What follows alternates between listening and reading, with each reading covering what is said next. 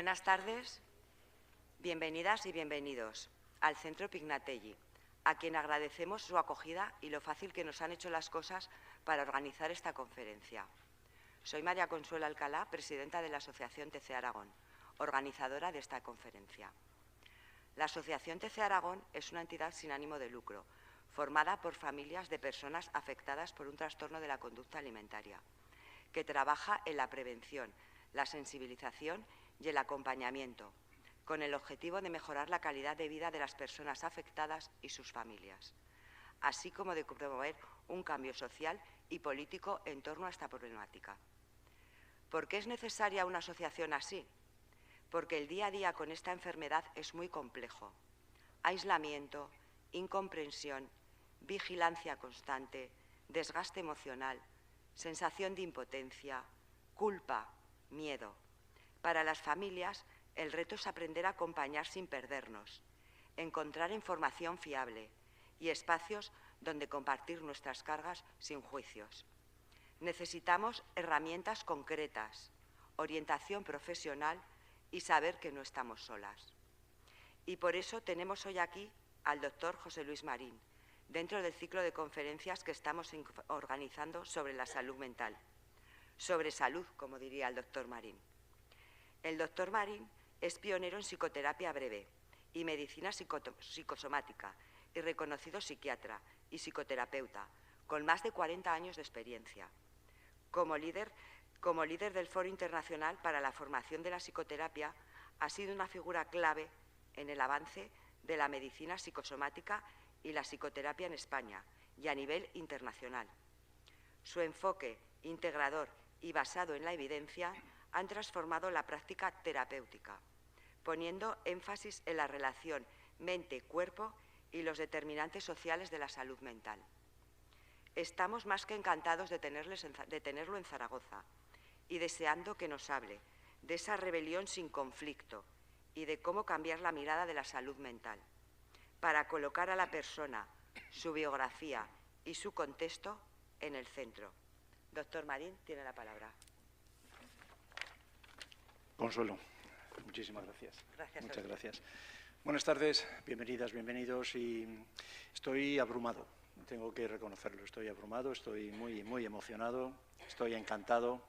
Son muchas emociones juntas, pero creedme, son exactamente así. He tenido oportunidad de conocer a una parte importante de la Junta Directiva de TC Aragón hace un par de horas y estoy, como os decía, encantado y muy emocionado de ver el trabajo que hacen, el trabajo que están haciendo. Estoy muy agradecido a que me hayan permitido estar aquí, muy agradecido a que estéis todas y todos aquí, claro. Y tengo que confesaros que preocupado, porque después de la presentación que ha hecho Consuelo, además, no sé si las expectativas que os han hecho llegar hasta aquí se van a compensar. Ojalá que dentro de una hora y pico podáis salir de aquí diciendo, bueno, ha merecido la pena, en lugar de estar paseando por una ciudad como esta, ¿no?, tan maravillosa, un día que además hace sol. No sé en Aragón, pero los madrileños nos parece raro que aparezca el sol en estos últimos 2 meses. No tenemos, hemos perdido la práctica, y cuando aparece el sol, que son solamente durante unos minutos, nos parece un fenómeno raro que no entendemos muy bien. Así que, pues esto, después de confesar mi emoción y mi preocupación y mi agradecimiento, pues pues voy a compartir con vosotras y con vosotros, voy a compartir esto que responde con una visión crítica, cariñosa de la mirada en salud mental en los últimos años. ¿Por qué estamos hablando? ¿Por qué nos parece que puede tener sentido hablar de salud mental y de, además, atrevernos a plantear una rebelión sin conflicto, una rebelión cariñosa, naturalmente, nada violenta, ¿no?, compasiva? ¿Por qué nos parece que esto tiene sentido? Pues nos parece a muchos de nosotros y os parece a todas y a todos, por eso estamos aquí. ¿Por qué? Porque los resultados en todo esto que se llama salud mental en los últimos años, los resultados son malos. son muy malos. Nunca hemos tenido tantos recursos, nunca se han puesto tantos recursos para la atención al sufrimiento psicológico y nunca hasta ahora también tenemos más fracasos, ¿no? La psicofarmacología, las expectativas que pusimos en la psicofarmacología hace 40 años no han de ninguna manera llegado a las expectativas que teníamos hace 40 o 50 años. En psicoterapia venimos también haciendo prácticamente lo mismo desde hace mucho tiempo. Esto es, a mí me parece que ha llegado el momento. A mí, cuando digo a mí, es como representante de un amplio sector, ¿no?, de la psiquiatría crítica. Nos parece que ha llegado el momento de mirar al interior, de mirar a esto que llamamos salud mental y dejar de mirar hacia otro lado, que es lo que me parece que es lo que venimos haciendo desde hace algún tiempo, ¿no? La salud mental no existe. Esto es algo que, para empezar y para empezar a provocar y que sepáis por dónde van a ir los tiros, porque todavía estáis a tiempo de marcharos.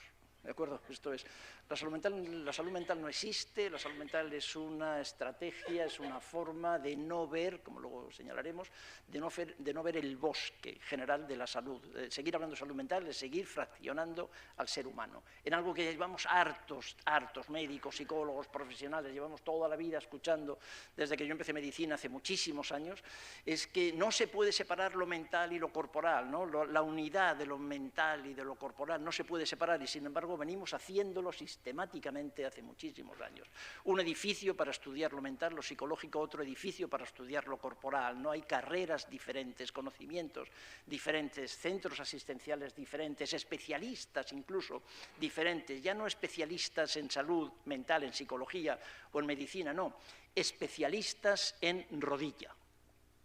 Hay unas especialistas en rodilla. Yo tengo una lesión deportiva de hace muchos años jugando al fútbol, me rompí el menisco y tengo una artrosis de rodilla izquierda, como todos a quienes fuimos operados de meniscectomía hace 40 años. A mí me atiende un compañero de un hospital en Madrid, un gran hospital en Madrid, que es especialista en rodilla, no es traumatólogo. Perdón, es traumatólogo, no, pero es traumatólogo de rodilla. No le preguntes por una columna vertebral o por un hombro o por un codo, es especialista de rodilla. En ese nivel estamos, ¿de acuerdo? Y me parece que es el momento de frenar. Me parece también que es el momento de frenar esta superespecialización, ¿no? De frenar esta parcelación, ¿no? ¿Somos especialistas o somos parcelistas, ¿no? Llevamos años fraccionando al ser humano. Me parece que eso tiene que ver, puede tener que ver con el hecho de que los resultados, en lo que se refiere al manejo del sufrimiento humano, sean malos, ¿no? La definición clásica de la salud de la Organización Mundial de la misma, como sabéis, la definición fundacional en 1948, y era, esto tiene alguna aportación posterior, ¿no? Pero un estado de completo bienestar físico, mental y social, estrechamente vinculado con el disfrute pleno de los derechos fundamentales del ser humano. Esta es una adenda que se hace después, ¿no? Pero quiero que lo reflexionemos durante unos segundos, ¿no? El disfrute pleno de los derechos fundamentales del ser humano, los derechos fundamentales del ser humano, ¿de acuerdo? Esto es, mientras hablamos de salud mental, a lo mejor no estamos mirando suficientemente bien esta última parte del texto, ¿no? Un estado de completo bienestar biopsicosocial.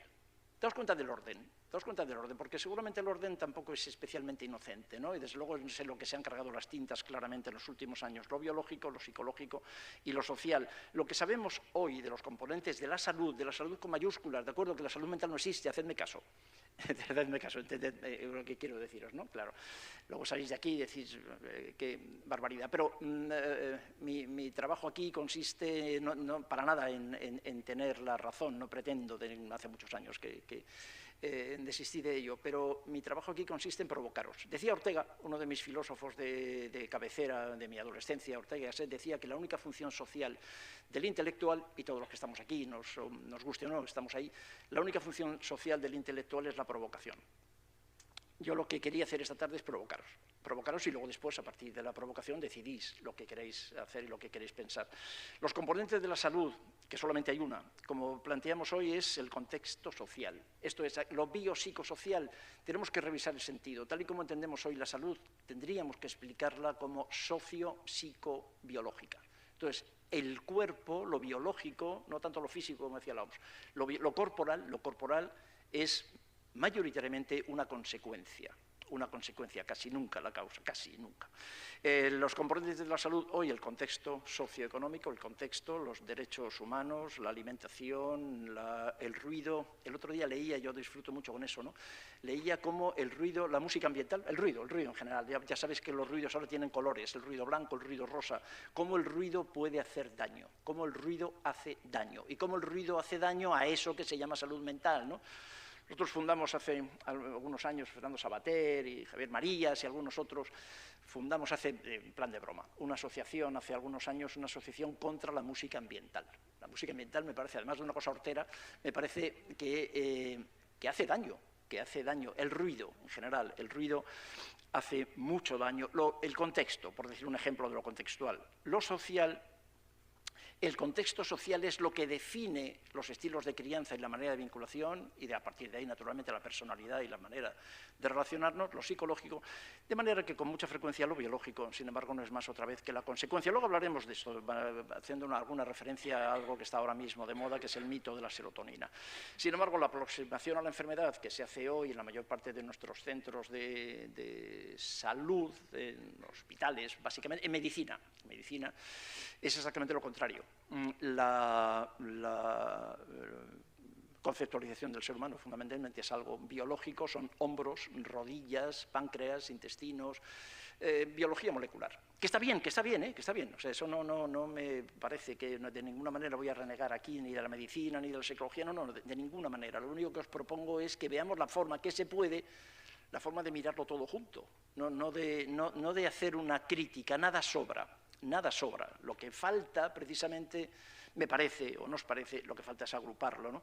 Y lo social, perdón, ni siquiera en el círculo tan pequeño que he puesto, ni siquiera me cabía el texto para mencionarlo. Lo verde, lo social está, nos parece que cada vez más alejado de la aproximación a la enfermedad. Y la Oficina del Alto Comisionado para los Derechos Humanos, la ONU, esto es lo que yo voy a decir aquí, no es algo que se me haya ocurrido a mí, todo lo que voy a contaros aquí está bien definido en diferentes instancias, ¿no? En 2017 planteaba la necesidad urgente de un cambio de modelo, de un cambio de mirada, que es de lo que estamos hablando aquí, ¿no? Un cambio de modelo para dar prioridad a la innovación de las políticas a nivel de la población dirigida a los determinantes sociales. Acordaos, por favor, de esto, que es un concepto absolutamente fundamental para nosotros esta tarde, los determinantes sociales, ¿no?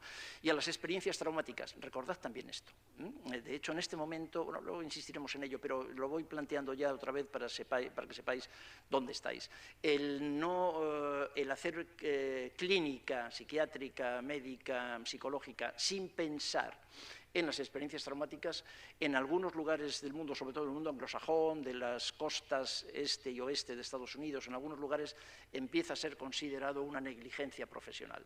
Es tan importante la relación, ¿no? Y las asociaciones y la vinculación estadísticamente significativa entre experiencias vinculares adversas, experiencias traumáticas y enfermedad, que el hacer una clínica no informada sobre trauma va a ser a corto plazo considerada una negligencia profesional, ¿no? Esto lo plantea la ONU. En las experiencias traumáticas y abandonar el modelo médico dominante. El modelo médico dominante, para ser más exacto, deberíamos decir el modelo médico-farmacéutico, ¿no? O el modelo farmacéutico, incluso dominante, que busca curar a los individuos centrándose en trastornos. Las políticas de salud mental, decía la ONU, las políticas de salud mental deben abordar el desequilibrio de poder en lugar del desequilibrio químico. Esto es también otro de los elementos básicos de que quiero llevar a vuestro ánimo esta tarde, ¿no? El mito de la serotonina. Llegaremos a eso, pero contad con que lo vais a escuchar. Lo que nos han contado en relación con que lo que nos pasa en la depresión tiene que ver con una carencia, con un déficit en la funcionalidad en el metabolismo de la serotonina es falso, es un mito. Bueno, la ONU ya lo sabe y lo planteaba ya en 2017, ¿no? La ONU también plantea que cuáles son algunos de los obstáculos para el progreso, el predominio del modelo biomédico, sí, las asimetrías de poder y el uso sesgado de la evidencia en la investigación de la salud mental. Lo que un amigo mío, Sami Timimi, un psiquiatra que trabaja en Londres, en el norte de Londres, en Inglaterra, le llama el cientificismo. Esto es la utilización de la ciencia como ideología.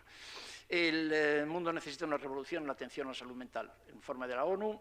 Y esto tampoco lo cuento yo, esto es un titular que copio directamente del órgano de expresión del Consejo General de la Psicología de España. Esto es el Consejo General de la Psicología, de todos los psicólogos de este país. ¿Cómo hemos llegado hasta aquí? ¿Por qué tenemos que estar hablando de salud mental? ¿Por qué los resultados son malos? ¿Por qué la población no mejora? ¿Por qué, hoy sabemos, los datos que tenemos es que solo el 35% de las personas que hacen psicoterapia se recuperan bien, tienen un cambio clínico significativo? Solo el 35%, el 20, 25, 30% abandonan prematuramente y el 10%, entre el 10 y el 12% de las personas que hacen psicoterapia empeoran, ¿no? ¿Por qué los fármacos no curan? ¿Por qué ni una sola depresión se ha curado con antidepresivos? ¿Por qué los antidepresivos no son antidepresivos? ¿Por qué los antipsicóticos no son antipsicóticos? ¿Por qué?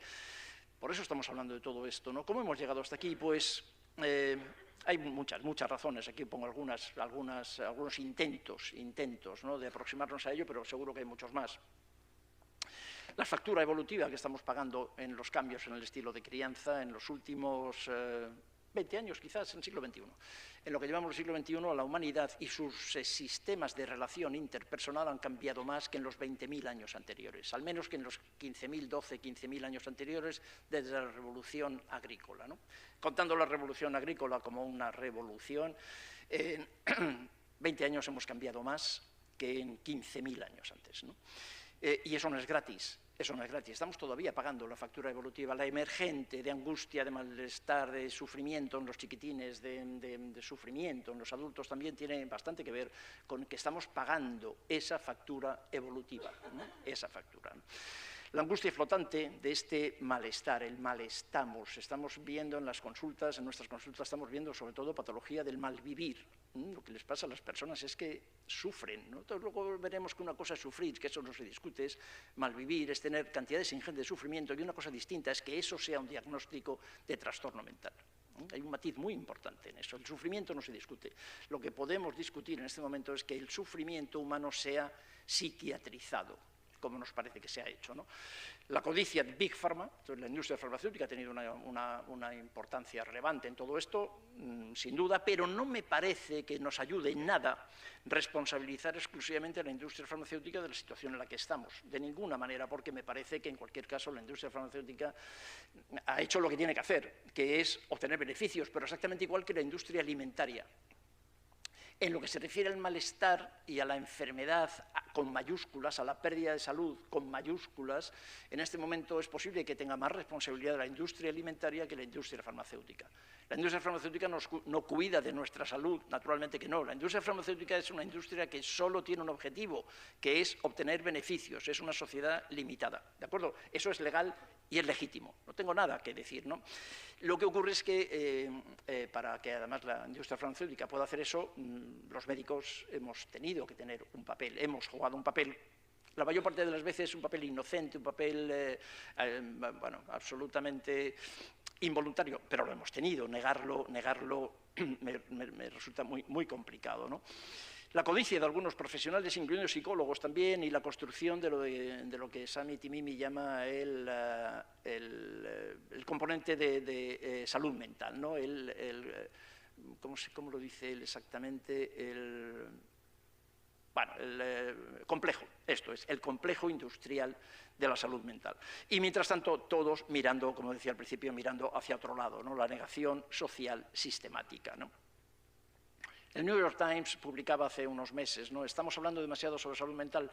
Se lo plantea, traigo aquí el New York Times, luego traigo también alguna otra cosa del país, simplemente o de otros diarios, ¿no? Simplemente para llamar la atención de que todo esto ha trascendido ya el ámbito de lo académico, ¿no? Está en la población, está en la calle, sí. Estamos hablando demasiado de salud mental y bueno, aquí, discúlpadme que haga publicidad de mi libro. Esto no es la historia de... No he venido a hablar de mi libro, pero como la famosa anécdota de Paco Umbral, ¿no? Pero la salud mental no existe. No, la salud mental no existe. Y seguir hablando del árbol de la salud mental nos impide ver el bosque del sufrimiento humano. Por eso me preocupa que sigamos hablando de salud mental, ¿no?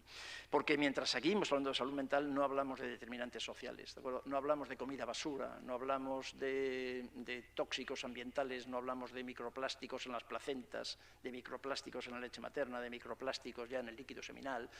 Seguimos sin darle demasiada importancia a eso, ¿no? ¿La salud? ¿Existe salud? Bueno, pues no lo sé, porque desde luego la medicina que yo conocí, empecé la carrera de medicina en el año 1967, o sea que ya tengo unos años, ¿no?, de experiencia en lo que es la medicina.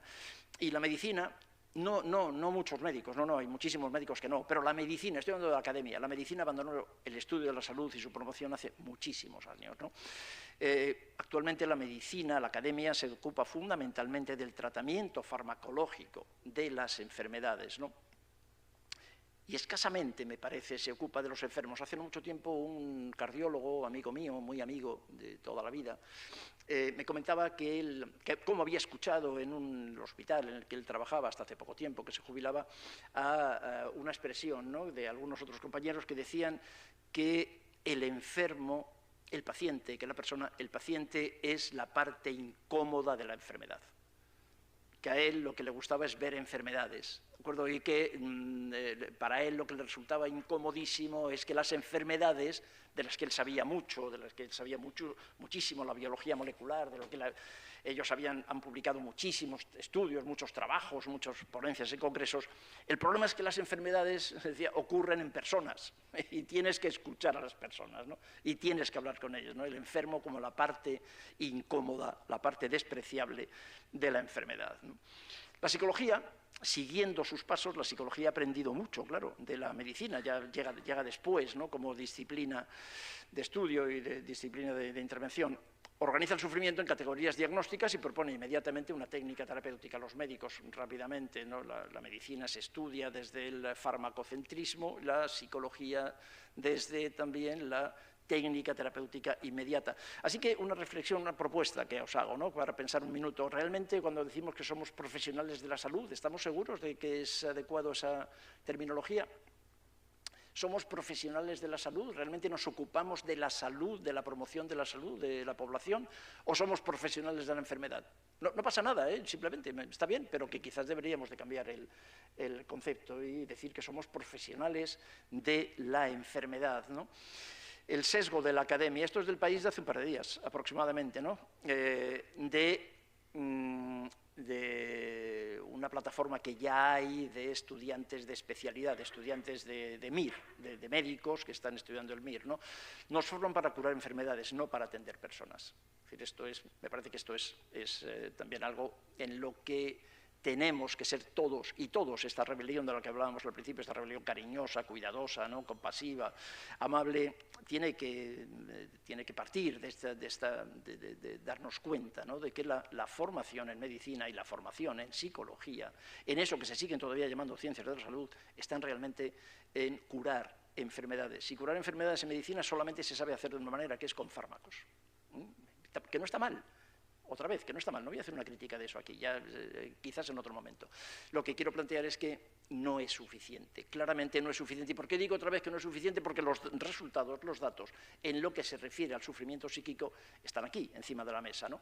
Porque cuando hablamos de salud mental es una cosa curiosa, que también venimos dándonos cuenta de esto hace años, ¿no? Cuando hablamos de salud mental, ¿de qué estamos hablando de salud mental? De suicidio, de intento de suicidio, de autolesiones, de adicciones, del famoso, naturalmente, trastorno por déficit de atención con o sin hiperactividad, de pandemias, de trastornos alimentarios, naturalmente, cuando hablamos de salud mental hablamos de... En resumen, hablamos de trastornos y enfermedades. Cuando hablamos de salud mental, en general, incluyendo profesionales, cuando hablamos de salud mental no hablamos de alimentos ultraprocesados, no hablamos de eso, no hablamos de azúcar en los alimentos, no hablamos de la necesidad de tomar el sol por la mañana, del ciclo sueño-vigilia, de los informativos de televisión. Es decir, no hay nada que haga más daño, no hay nada, miento, perdón, esto es otra exageración, disculpadme, pero algo que hace años que nosotros venimos proponiendo a todos nuestros pacientes es que, por favor, dejen de mirar los informativos de televisión. Los informativos de las diferentes televisiones, da igual, son todas iguales, están organizados solo para provocar miedo y a partir del miedo ser mucho más vulnerables. Entonces, claro, cuando hablamos de salud mental, ¿por qué en lugar de... Vamos a hacer técnicas, plataformas, protocolos porque el suicidio infanto-juvenil está creciendo en los últimos años, no hay ninguna duda, y eso es una tragedia.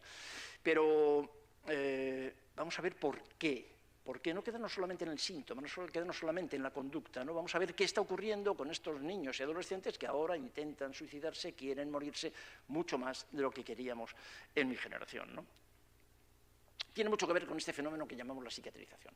Lo que he podido observar en mis años de práctica clínica, en estos últimos... hace exactamente 50 años que me colegié. Tengo muchos años, aunque a lo mejor no lo parezca, pero... bueno, hace muchos años que no miro la tele, que no veo los telediarios. Pero hace exactamente 50 años que me colegié en el Colegio de Médicos de Madrid. Lo que he podido ver en estos últimos años es este fenómeno de la psiquiatrización que es sobrecogedor, ¿no? Cómo las emociones se han convertido en trastornos mentales, cómo las manifestaciones del sufrimiento absolutamente normal, con mucha frecuencia reacciones puramente adaptativas de una persona a un entorno hostil, se han convertido en un trastorno mental, ¿no? Con un fenómeno que además está también muy bien descrito, muy bien conocido, que es el fenómeno que se llama de invención de trastornos mentales, cómo se han inventado trastornos mentales, como ahora hablamos de trastornos mentales, que cuando yo estudiaba psiquiatría, en 1975, cuando empecé a estudiar la especialidad, empecé a estudiar psiquiatría, trastornos mentales que ni siquiera existían, naturalmente no existían, no, para nada, ¿no? Y dentro de todo ese fenómeno de la psiquiatrización, algo que quiero llamaros también es lo que quiero llamar vuestra atención sobre lo que llamamos la paradoja del cerebrocentrismo. En estos últimos 30 o 40 años, todo el mundo habla del cerebro, es la década del cerebro, en los años 90, ¿no? Se decretó como tal, ¿no? Y todo el mundo habla del cerebro, de los marcadores biológicos cerebrales, alteraciones en el cerebro, cambios en el cerebro, neurotransmisores, habéis oído tanto, ¿no? De la oxitocina, la dopamina, la serotonina, todo, cosas que ocurren en el cerebro, buscar alteraciones en el cerebro. Hemos estado buscando alteraciones en el cerebro, ¿para qué? ¿Para qué? Para corregirlas con fármacos. Entonces, esto es, si lo que ocurre es que nos hemos dado cuenta de que falta serotonina, lo que hacemos entonces es administrar un fármaco y decimos que la depresión es como la diabetes. En la diabetes falta insulina, en la depresión falta serotonina. ¿Os suena eso? Porque esto es un tango que venimos escuchando y los médicos bailando y la población también bailando, claro, el tango de la serotonina desde hace exactamente 40 años. A mí me lo contaron en 1984, tengo muy buena memoria. En 1984, Eric Coppen, en Hampstead, en Londres, un laboratorio farmacéutico, nos llevó allí a unos cuantos psiquiatras jóvenes a contarnos lo de la serotonina. Nos lo creímos todos. Por cierto, claro, nos lo creímos todos, absolutamente, ¿no? El cerebrocentrismo, eran cosas que pasaban en el cerebro, ¿no? Y entonces así lo corregíamos. ¿Hay alteraciones en el cerebro de las personas deprimidas? Seguro que sí. Igual que hay cambios, sí, claro que hay cambios. Como hay cambios, os digo aquí, en los músicos, sí, eso se ha estudiado muy bien. El cerebro, amplias zonas del cerebro de un virtuoso del piano, del violín, son claramente diferentes. Entonces, ¿tú eres violinista porque tienes un cerebro alterado? No. También hay alteraciones en el cerebro de los taxistas de Londres y de otros muchos lugares, pero el de Londres en concreto se ha estudiado también. No, hay alteraciones en el cerebro de una persona esquizofrénica, que haya sido diagnosticado de esquizofrenia, exacto, de una persona con una depresión. Claro que hay alteraciones. ¿Hay alguna alteración funcional en la serotonina? Claro que sí, pero la trampa es que eso no es la causa, es que eso es una consecuencia más. Como dice mi amigo Johann Hari, la depresión no está en tu cabeza, la depresión está en tu vida. Primero te deprimes y luego se afecta la serotonina. ¿Se entiende? Sí, seguro que se entiende. Otra cosa es que os guste, a lo mejor no os gusta. Yo eso no lo puedo evitar. Pero hacedme caso. Primero te pasan cosas. De hecho, a nuestros pacientes les pasan cosas. Y luego nosotros, los médicos y los psicólogos, que nos hemos inventado los diagnósticos, porque los diagnósticos son inventados lo digo en buen plan, no son tramposos. Es que el diagnóstico no existe, existe un caballo. Un caballo es una entidad natural, un caballo existe y al caballo le da igual, además, quien lo vea es un caballo, le va a llamar de otra manera, pero sigue siendo un caballo, y aunque le llames burro, él va a seguir siendo un caballo. Un caballo es una entidad natural, ¿de acuerdo? Un diagnóstico psiquiátrico es inventado. Nos lo hemos inventado unos cuantos, yo no me he inventado nada como diagnóstico, pero la APA, la Asociación Americana de Psiquiatría, de la que yo he sido miembro durante 20 y tantos años, se los han inventado, ¿no? La depresión, insisto, recordad esta expresión de Johann Hari, la depresión no está en tu cabeza, está en tu vida, ¿no? Mientras, y esta es la paradoja del cerebrocentrismo, mientras que mirábamos muchísimo al cerebro buscando alteraciones de la serotonina o de la dopamina que se pudieran corregir con un psicofármaco, hemos dejado de mirar que en el cerebro también se afecta cuando se come basura, o cuando no se duerme, ¿de acuerdo? O cuando se miran los telediarios, ¿de acuerdo? O cuando no te ríes, o cuando consumes cualquier tipo de tóxicos, que todo eso también afecta al cerebro. Pero sobre eso no hemos hecho nada. ¿De acuerdo? Sobre eso como si no estuviera. Si miramos al cerebro, vamos a mirar al cerebro también, con estas otras, a partir de estas otras circunstancias, ¿no?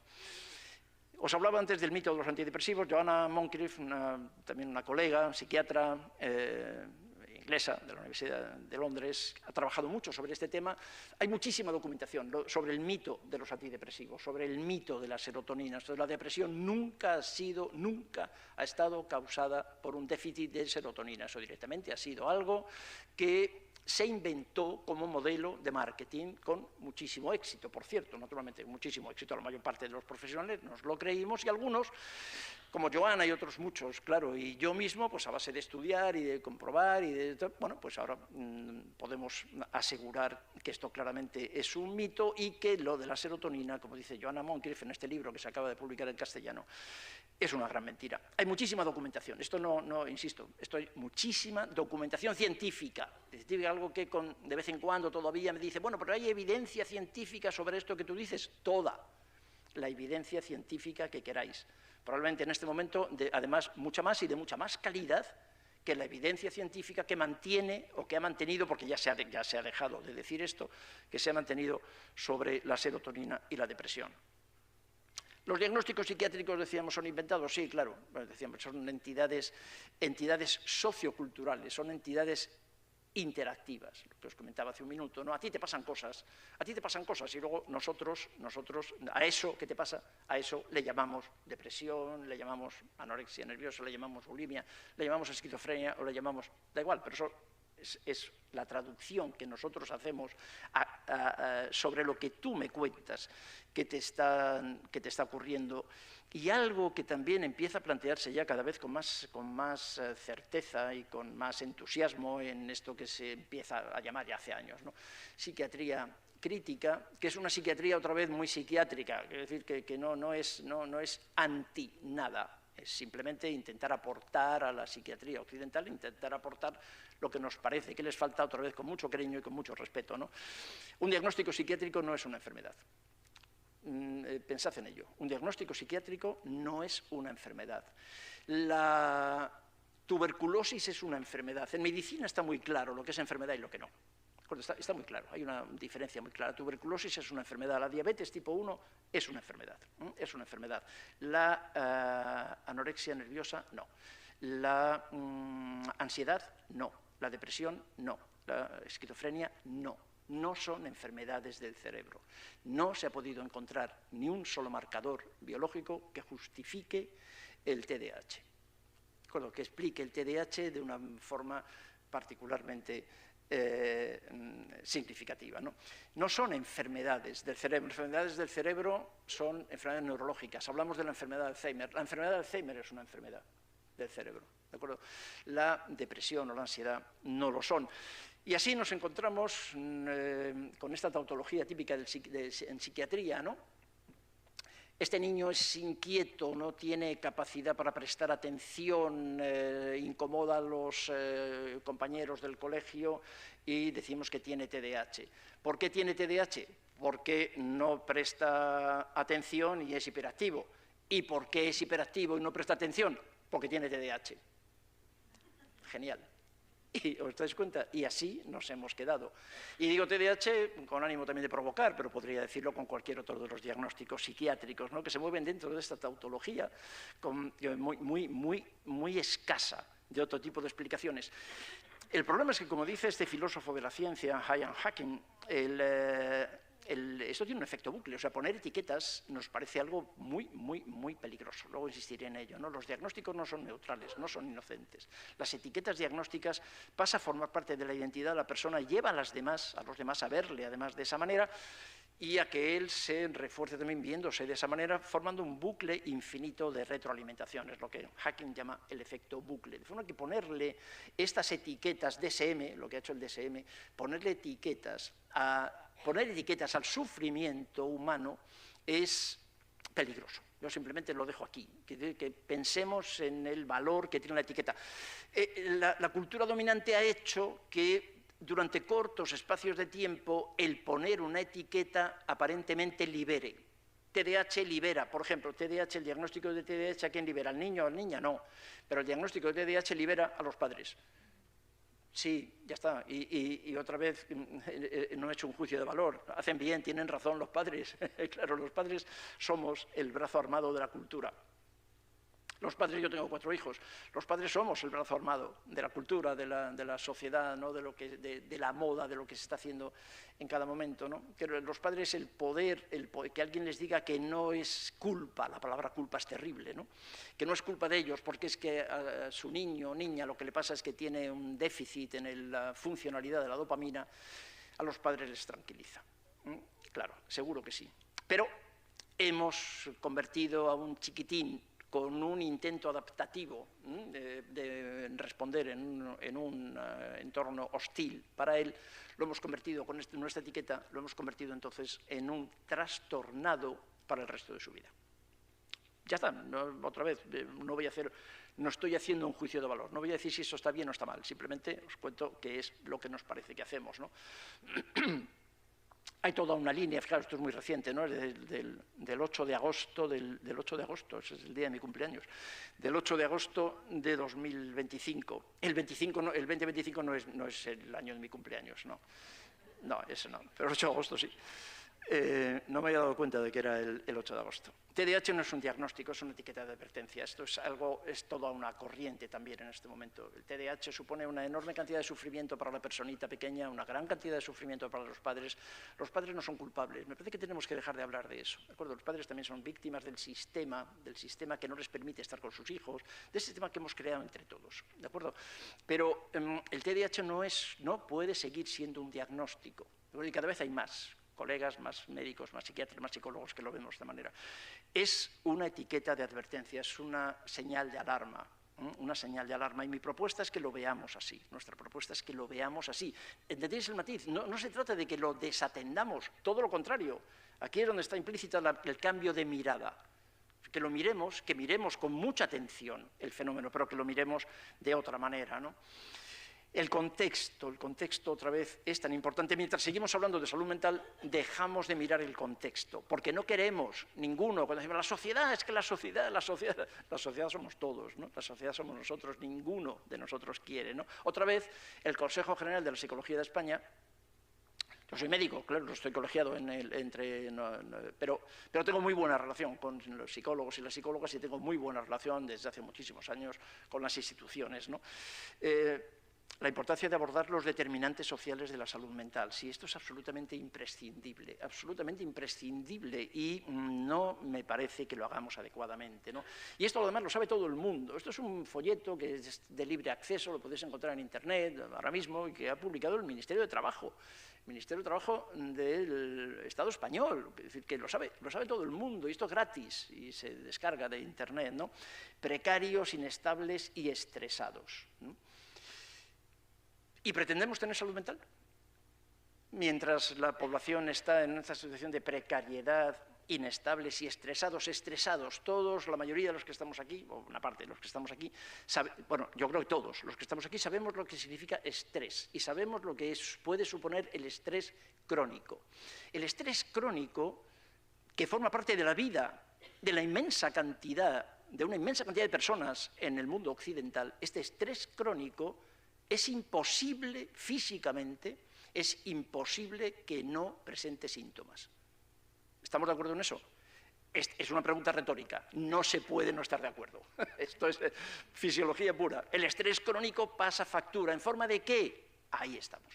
¿En forma de qué? En forma de DSM, de cualquier diagnóstico de trastorno mental, en forma de enfermedades autoinmunes, como sabemos hoy muy bien, claro, naturalmente que sí, en forma de fibromialgia, de este tipo de síntomas que los médicos decimos, ¿no?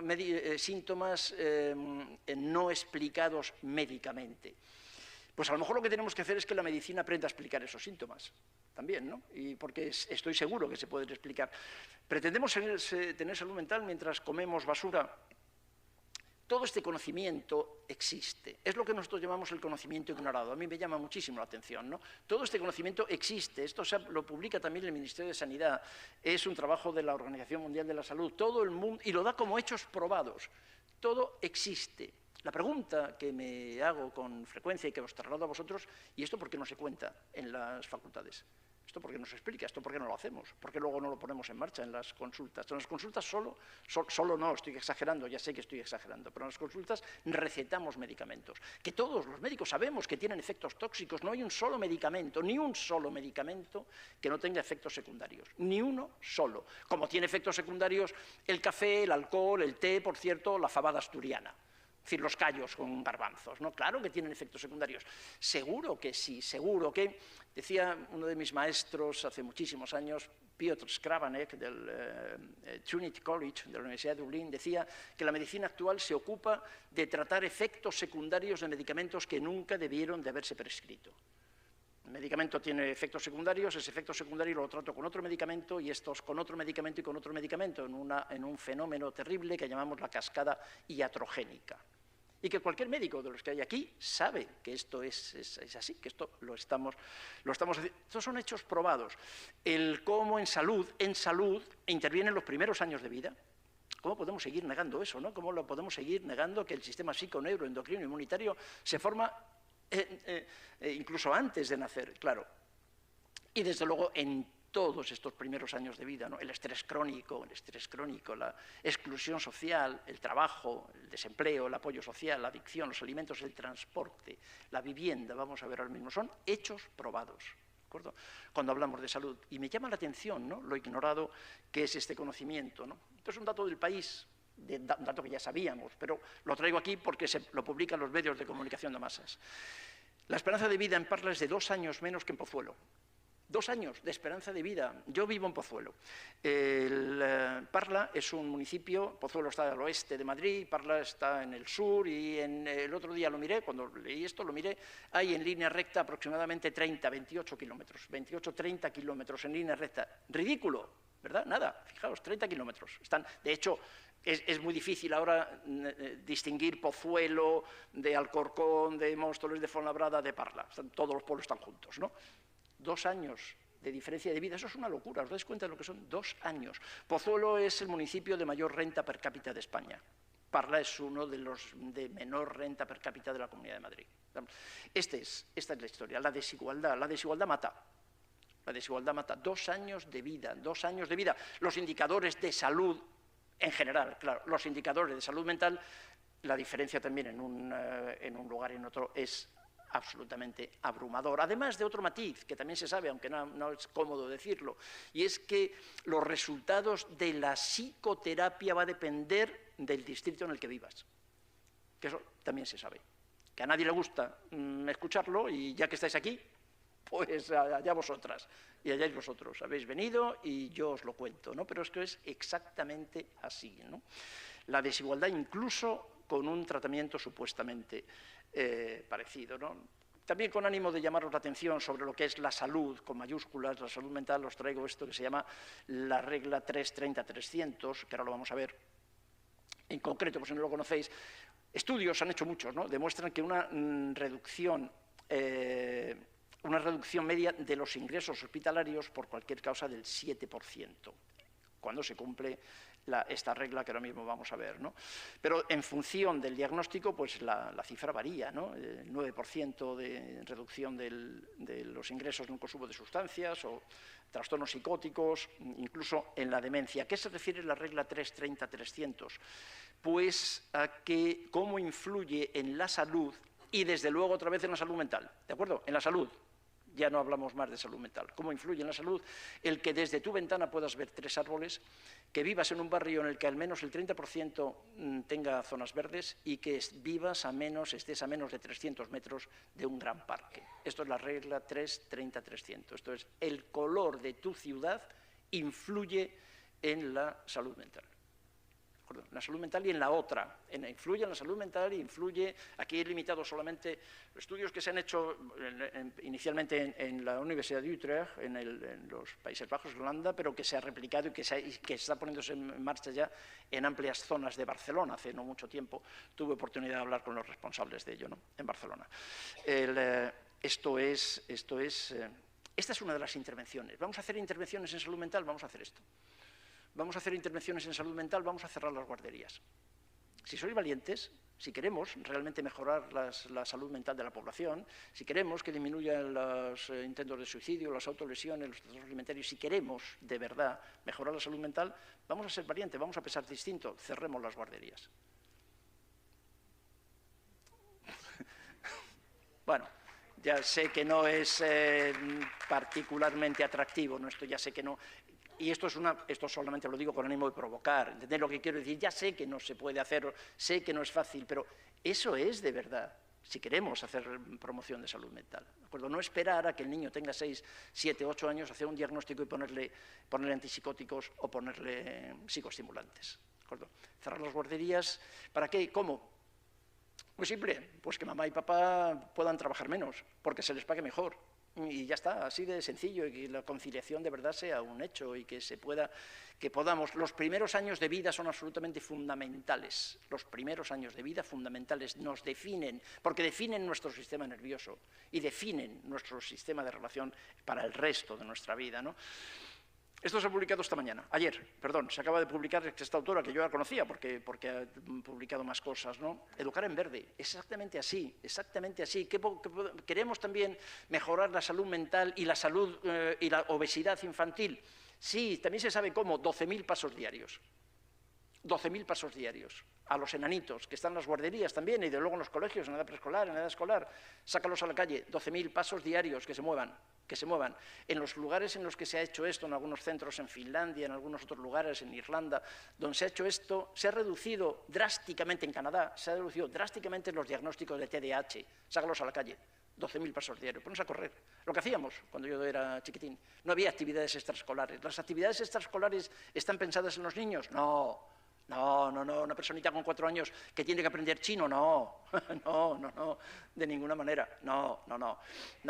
Que luego los niños niñas pueden disfrutar de las actividades extraescolares, sí, eso lo puedo entender, pero no están pensadas para ellos, no, de ninguna forma, de ninguna manera, ¿no? Sácalos a la calle y que les dé el sol de la mañana y que se muevan, ¿no? Ya verás cómo mejora la salud mental y ya verás cómo también por el mismo precio reducimos la obesidad infantil, ¿no? Estamos medicalizando la pobreza, como dice John Reed. John Reed es otro psicólogo británico, con el que también sigo hace muchos años, ¿no? Y hace poco tiempo, otra vez en El País, porque El País no lo estoy planteando aquí como medio científico, pero no era tampoco el objetivo de eso aquí, ¿no? Tengo también la felicidad, la alegría de ver aquí algún alumno mío de nuestra formación universitaria, y ahí utilizo otras fuentes documentales, lógicamente. Lo que quiero plantearos aquí es que esto está en la calle. Estamos medicando la pobreza, estamos psiquiatrizando el sufrimiento, estamos psiquiatrizando el malestar, ¿no? Cuando estar mal es un problema colectivo. Claro, ¿dónde está el problema? Os decía, ya sé que no podemos cerrar las guarderías, ya sé que no podemos ya sé que no puedo cambiar a mi paciente y decirle que se vaya a vivir a Pozuelo si vive en Parla, ya sé que no se puede hacer esto ahora, esto son políticas a 20 años, quizás, ya sé que no lo puedo, pero si no lo puedes hacer, no le vuelvas loco. ¿También entendéis lo que quiero decir? No puedes cambiar eso, pero no le culpes a él, no le pongas una etiqueta de depresión, de TDAH, de esquizofrenia, no le culpes, no le pongas la etiqueta. ¿Entendéis lo que dice? No le vuelvas loco a él, porque cuando ponemos una etiqueta le estamos definiendo, y le estamos definiendo, probablemente otra vez, insisto, para el resto de su vida, ¿no? En resumen, la salud, para ir terminando, la salud está en otra parte, lo que llamamos salud está en otra parte, y fraccionar la salud me parece injusto, fraccionar la salud me parece inútil, además, fraccionar la salud como estamos haciendo en la medicina occidental, en la psicología, en la salud occidental desde hace muchos años. Y no es tanto que me parezca, es que los resultados son malos, otra vez, los resultados son malos, cada vez hay más enfermedades autoinmunes, cada vez hay más trastornos mentales, cada vez hay, ¿os dais cuenta? Están aumentando los diagnósticos de todo, ¿no? La salud yo creo que está en otra parte, creemos que la salud está en otra parte, ¿no? Que tiene que ver, desde luego, con el cuidado perinatal. Sí, sin duda, con el cuidado perinatal, eso me parece absolutamente fundamental, ¿no? Como luego en alguna otra diapositiva sé que lo pongo, pero ya lo anuncio aquí también para amargaros lo que queda de tarde, ¿no? Nuestra historia comienza el día que nuestros padres se conocen. Ahí comienza nuestra historia. Nuestra historia no comienza de repente. En psicología, en psiquiatría no existen los de repentes. En traumatología sí, de repente yo me he caído por la escalera y me he fracturado la tibia, o esquiando, me ha atropellado un coche. Ahí es de repente, eso es una urgencia traumatológica, pero fuera de las urgencias, desconfiad en psicología del todo, y en medicina en gran medida, desconfiad del de repente. He visto tantos y tantos pacientes, el niño, la niña, todo bien, todo iba muy bien, todo iba muy bien, todo iba fantástico, y de repente, bueno, pues no. Cuando cambias la pregunta del qué te pasa al qué te ha pasado, te encuentras donde está el de repente, ¿no? El cuidado perinatal, ese es el esfuerzo. Si queremos salud, salud con mayúsculas, si queremos salud, vamos a cuidar los embarazos, vamos a cuidar los primeros 1000 días, como mínimo los 1000 días, los primeros 1000 días de nuestra vida, aproximadamente los primeros 3 años, ¿no? El contexto sociolaboral, cómo se está trabajando, ¿no? Cómo trabajan las personas en este momento, la precariedad en el trabajo, claro, la vivienda, el transporte. Zaragoza es una ciudad maravillosa, ¿no? Con dimensiones humanas, pero Madrid cada día menos. Yo conocí un Madrid también con dimensiones humanas, ya no, pero luego está Londres también, o está Nueva York, ¿no? O Ciudad de México, por ejemplo, ¿no? O Yakarta. Me enteré el otro día que Yakarta, una ciudad, no conozco Indonesia, pero no conozco Yakarta. Yakarta tiene 46 millones de habitantes. 46 millones de habitantes en una ciudad. En fin, en Madrid, en cualquier caso, creo que se iba a contar, una parte importante de la población laboral de Madrid ocupa 2 horas diarias en medio del transporte. 2 horas es más del 10% del tiempo útil del día. Una barbaridad, ¿no? Los desequilibrios, la sensación de inestabilidad permanente, sensación de inestabilidad que, por cierto, es a la que ayudan los informativos.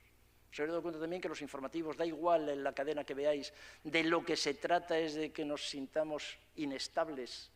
No hay nada conspirativo. O sea, yo no imagino a unos cuantos señores, hombres, tienen que ser hombres, claro, así metidos en una cueva oscura y tal, haciendo conspiraciones. ¿Qué va? No hay nada conspirativo. Las cosas en la historia de la humanidad se han ido desarrollando, se le ha encontrado algún tipo de beneficio y eso se ha ido exagerando, ¿no? Como todo. El ritmo de sueño-vigilia. En una generación se han perdido 2 horas de sueño. En una generación, 20 años. En 20 años se han perdido 2 horas. ¿Vosotros creéis de verdad que se pueden perder 2 horas de sueño nocturno en una generación y que eso no pase factura? ¿Realmente creemos, podemos aceptar eso? ¿Podemos otra vez seguir mirando hacia otro lado? ¿Qué hacemos con los enanos? En el colegio no atienden, entre otras cosas porque se están durmiendo. Y como cuando si se duermen, la profesora les regaña, entonces lo que hacen es poner en marcha, activar el sistema reticular ascendente, el sistema de la vigilia, y ponerse como motos. ¿De acuerdo? Ponerse como motos porque además, si no, pues toman ya más mayores bebidas energéticas. La relación entre las bebidas energéticas también y la depresión está perfectamente bien establecida. Vía, por cierto, alteración de la microbiota. Estas son cosas que se saben, que eso es algo que tenemos que empezar también a pensar, ¿no? Cómo nos ocupamos de las personas y de la microbiota de las personas, ¿no? El ritmo sueño-vigilia, ¿no? Lo mal que se duerme, lo mal que dormimos, ¿no? Mirando además la televisión o los dispositivos electrónicos, lo mal que se come, ¿no? La industria farmacéutica tiene que ver con lo que nos pasa, seguro, lógicamente. Pero os decía, no me parece tampoco justo que carguemos las tintas solo en la industria farmacéutica. La industria del ocio me parece que también hace muchísimo daño. La industria que vende alcohol, que vende tabaco, ¿de acuerdo? Que vende las drogas, unas son ilegales y otras son legales, y eso es absolutamente arbitrario. Absolutamente arbitrario. Eso es una decisión política, no es una decisión biológica. Uno de mis profesores en el Hospital Clínico de Madrid, un hombre brillante, un médico de los que aprendí a ser médico, porque la medicina se estudia en los libros. Aprender medicina no tiene ningún mérito, lo puede aprender cualquiera. A este hombre que me enseñó bastante de ser médico era adicto a la morfina. Era adicto a la morfina, morfina de receta, morfina que se podía comprar. Entonces, era adicto a la morfina, sí, todo el mundo lo sabía. Él se hacía sus recetas a partir de una lesión durante la guerra y tal. Bueno, el hombre era adicto a la morfina. los tóxicos, ¿no? El consumo de tóxicos, permanente... pero ya los tóxicos, os decía, no solo los microplásticos o la contaminación ambiental, los tóxicos es la televisión. La televisión, una recomendación que le hago a mis pacientes y a mis amigos, una recomendación que ya también para amargaros ya no solamente lo que queda de tarde, sino para amargaros esta noche es apagad la tele. Hacedme caso, por favor, haced la prueba. Apagad la tele. Apagadla, apagad la tele, dormid más y levantaos media hora antes. Levantaos media hora antes, mañana, 20 minutos antes. Os levantáis 20 minutos antes y desayunáis mejor, sin azúcar. Y eso lo mantenéis durante unos días y vais a notar la diferencia. Vais a notar la diferencia. ¿De acuerdo? Y si podéis, además, no cenéis. Haced la prueba también. No cenáis. No cenáis, ocupáis la parte final del día en leer lo que queráis, literatura, y mejor, si podéis, conversar con la familia, hablad mucho, hablad sin parar, hablad, todo el rato hablando, hablad sin parar. No cenéis, os acostáis pronto entonces sin ver la tele, apagad la tele. La tele se utiliza solo como monitor para ver cine, nada más, pero no volváis a mirar la televisión. La salud. Estas cosas que he dicho así de pasada, aparentemente de pasada, eso son medidas para mejorar la salud. Para mejorar la salud de las personas, está perfectamente bien demostrado, ¿no? El Ministerio de Sanidad está en esto, todo el mundo, decíamos, todo el mundo lo sabe, ¿no? ¿Qué nos pasa? ¿Qué nos pasa? Es una nueva campaña del Ministerio de Sanidad, que tenéis también, todos los materiales los tenéis en Internet, para reconocer los malestares emocionales cotidianos y evitar la psiquiatrización, porque para el Ministerio de Sanidad la psiquiatrización es un problema. Claro, para el Ministerio de Sanidad como para todos nosotros, entre otras cosas porque el gasto farmacéutico de este país es insoportable. El gasto farmacéutico, un profesor de la Universidad de Barcelona, Joan Ramon Laporte, que seguramente le conocéis porque también es un colega que dice muchas cosas como pedradas, ¿no? Él es farmacólogo, catedrático de farmacología, ¿no? Y hace no mucho tiempo publicaba que aproximadamente el 90% de las personas que toman antidepresivos en España, 90%, aproximadamente, están tomando antidepresivos sin necesitarlo. No necesitarían tomar antidepresivos, el 90%. ¿De acuerdo? Bueno, pues estos son los datos, ¿no?, que necesitamos. La importancia de la biografía, esto me parece absolutamente fundamental, la importancia de la biografía y que nos demos cuenta de la biografía, de que nuestra historia comienza cuando nuestros padres se conocen, ahí cuando nos imaginan, cuando eligen nuestro nombre, cuando van pensando ya en cómo les gustaría que fuésemos, cuando van mezclando sus genes, ahí cuando se mezclan sus genes, cuando van definiéndonos, cuando van mirándonos o dejándonos de mirar, ahí comienza nuestra historia. Y la pregunta que también podríamos hacer con nuestros pacientes, ya cambiar la pregunta, ¿no? Cambiar la pregunta típica del modelo médico es ¿qué te pasa? Esto es lo que nos pregunta el médico cuando vamos al médico, cuéntame, ¿qué te pasa? Está bien eso. Cuando estamos intentando cambiar la mirada, la pregunta sería ¿qué te ha pasado? Y cuando a nuestro paciente le preguntamos en la consulta, nosotros cambiamos la pregunta hace como 20 o 30 años y empezamos a preguntar ¿qué te ha pasado? Cuando le cambias la pregunta, el paciente sabe perfectamente lo que le ha pasado. Y además te lo cuenta. Te lo cuenta si le miras, que eso lo vamos a ver ahora mismo, ¿no? Porque es importante distinguir entre el motivo de consulta y el problema. Algo que también nos dimos cuenta hace mucho tiempo es que el motivo de consulta es una cosa y el problema es otro. Sobre todo en el ámbito de la psicología, de la psiquiatría, de la psicoterapia. El motivo de consulta puede ser ansiedad, depresión, trastorno alimentario, naturalmente. El motivo de consulta es el que queráis, fibromialgia, incluso una enfermedad autoinmune, dolores crónicos de cualquier naturaleza, dermatitis, algunas o muchas trastornos gastrointestinales. El motivo de consulta es el que queráis, pero el motivo de consulta no es el problema. No es el problema, no, de verdad. No es el problema. Y me parece que el camino a recorrer a corto plazo es mirar el problema, intentar abordar el problema. El problema es el sufrimiento, ese es el problema. El problema es el sufrimiento psicológico, naturalmente, el sufrimiento psicológico y corporal, ese es el problema. Entonces, intentar entender el problema. Que el problema tampoco es de repente, el problema, como decíamos antes, puede llevar muchísimos años, ¿no? Entender el problema es que estoy solo, estoy triste, estoy enfadado, tengo miedo, no sé lo que hacer, no tengo palabras, me quiero morir o nadie me entiende. Y ese nadie me entiende suele ser, además, real, porque el propio sistema sanitario hace muchos años que dejó de entender a los pacientes. Entendemos muy bien las mitocondrias. ¿Se han dado cuenta? Los médicos somos especialistas en mitocondrias y tenemos un talento y un conocimiento para entender a las mitocondrias. Con eso nos llevamos muy bien. Pero luego con una persona no sabemos qué hacer con ella. Si la persona viene entera, no sabemos en absoluto. Estoy exagerando, no os enfadéis conmigo, los médicos que hay aquí no os enfadéis, estoy exagerando. Pero estoy seguro que entendéis también el motivo de la exageración. De forma que, ¿qué es lo que vemos en la consulta? ¿Qué es lo que yo llevo años viendo en la consulta? Pacientes a los que se le ponen ventiladores, psicofármacos o cierto tipo de terapias de modificación de conducta. ¿Para qué? Para disipar el humo, mientras el paciente sigue quemándose por dentro. El paciente sigue quemándose y va pasando de diagnóstico en diagnóstico, de tratamiento en tratamiento, cada vez más psicólogos amontonando, coleccionando psicoterapeutas como Pokémon, ¿no? Coleccionando medicamentos también, cada vez más medicamentos, más cosas, mientras el paciente sigue quemándose, sigue ardiendo, sigue con su problema, ¿no?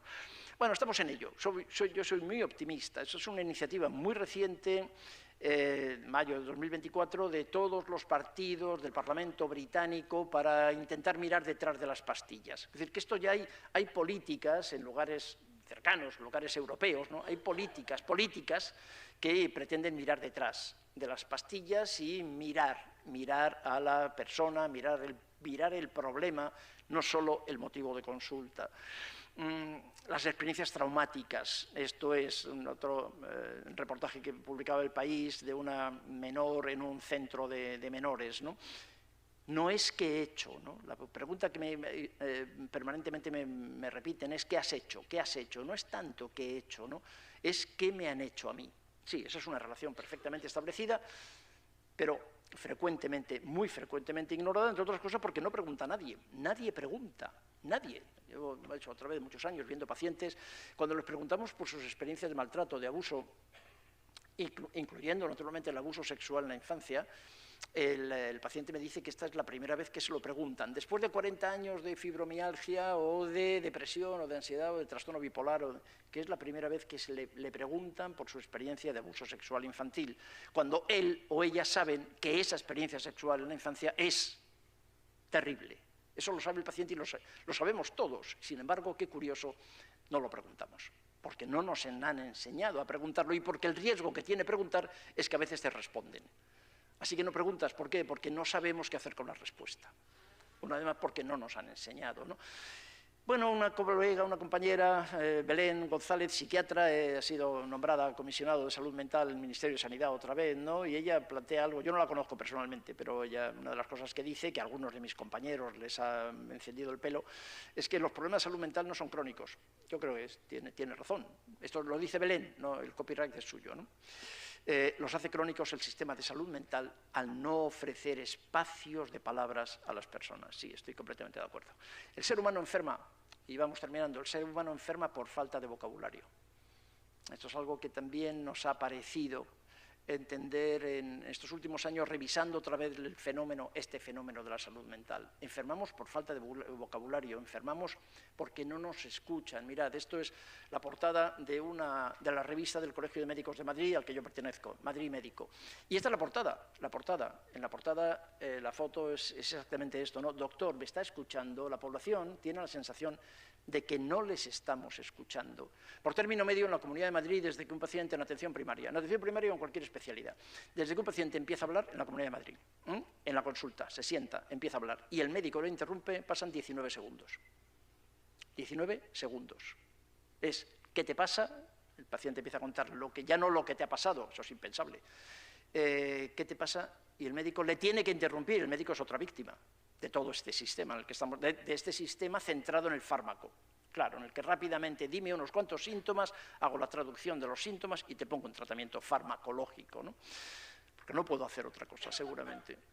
No me está escuchando, ¿no? La sensación que tiene la población es que no les estamos escuchando. ¿Qué necesitamos para hacer otra vez? ¿Queremos salud mental? ¿Queremos salud? Vamos a mirar.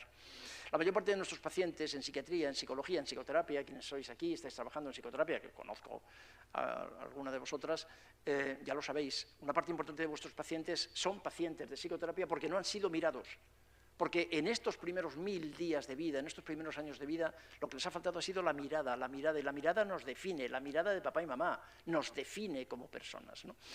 Y les ha faltado mirada, y lo que les falta es la mirada, y hacen cualquier cosa para que les miren, cualquier cosa para ser mirados. ¿Y qué hace el sistema sanitario? Exactamente no mirarles. Cuando vamos al médico, el médico no puede hacer otra cosa otra vez, no os enfadéis conmigo, pero el médico, la realidad es que no les mira. ¿Por qué? Porque está obligado a satisfacer las necesidades administrativas del sistema de relleno de la historia clínica. Pero esas son necesidades del sistema social, no son necesidades del paciente. ¿Se ve el matiz claramente? Hasta yo tengo que escribir, el médico está tecleando en un ordenador. No nos mira, no nos escucha. O el psicólogo está tomando notas compulsivamente también, tomando notas en un papel, ¿no? Con los recursos actuales no vamos a ninguna parte. Y con esto termino. Con los recursos actuales llevamos 50 años haciendo lo mismo. Yo llevo 50 años haciendo lo mismo. La psiquiatría ha abandonado los estudios farmacológicos. No hay ningún psicofármaco nuevo en lo que va de siglo. Ni uno solo. De hecho, la industria farmacéutica ha abandonado la investigación, todo lo que tenga que ver con la serotonina, con la dopamina, todo eso ya sabemos que es un mito, que es mentira. La industria lo sabe mucho antes que yo, naturalmente, y han dejado de investigar. No hay psicofármacos nuevos, ni los va a haber. ¿De acuerdo? Y en psicoterapia, pues en psicoterapia la verdad es que llevamos haciendo cosas muy parecidas también en los últimos 50 años, que son al menos los que yo conozco. ¿Hacen falta más psicólogos? ¿Hacen falta más psiquiatras? Bueno, pues vamos a pensar. Sí, seguro que sí, hacen falta más psicólogos y más psiquiatras, pero me parece sinceramente que a la vista de los resultados harán falta más psicólogos y más psiquiatras, pero de otra manera. O sea, que miren de otra forma, porque más psicólogos y más psiquiatras lo que se ha demostrado es que no están ayudando, al revés tampoco, pero no están ayudando, ¿de acuerdo? No, los resultados son los que estamos comentando. Y termino. Y para terminar, y hablando de lectura y de literatura y de lo que os recomendaba esta misma noche, ¿no? Que apaguéis la tele, bueno, pues Vargas Llosa puede ser una opción. No es el único, ¿verdad? Es el que queráis, me da exactamente lo mismo. Pero esto es lo que dijo Vargas Llosa en el discurso de aceptación de su premio Nobel en 2010, ¿no? Que debemos aspirar a que la vida no reduzca al pragmatismo de los especialistas que ven las cosas en profundidad, pero que ignoran lo que rodea, precede y continúa. Bueno, me parece que eso es imposible decirlo mejor. Y esto es exactamente lo que quería plantearos, ¿no? Esto es el pragmatismo de los especialistas, que las cosas las ven, cada vez sabemos más cosas, pero de cosas más pequeñas. Lo que yo os propongo en este camino de cambiar la mirada es exactamente hacer el camino contrario, ¿no? Empezar a tener otra perspectiva para ampliar el foco y pasar de lo más pequeño a lo más grande. Esto es lo que quería contaros. Muchísimas gracias por vuestra paciencia, muchas gracias por vuestra atención. Muchísimas gracias, de verdad. Gracias, sois muy amables.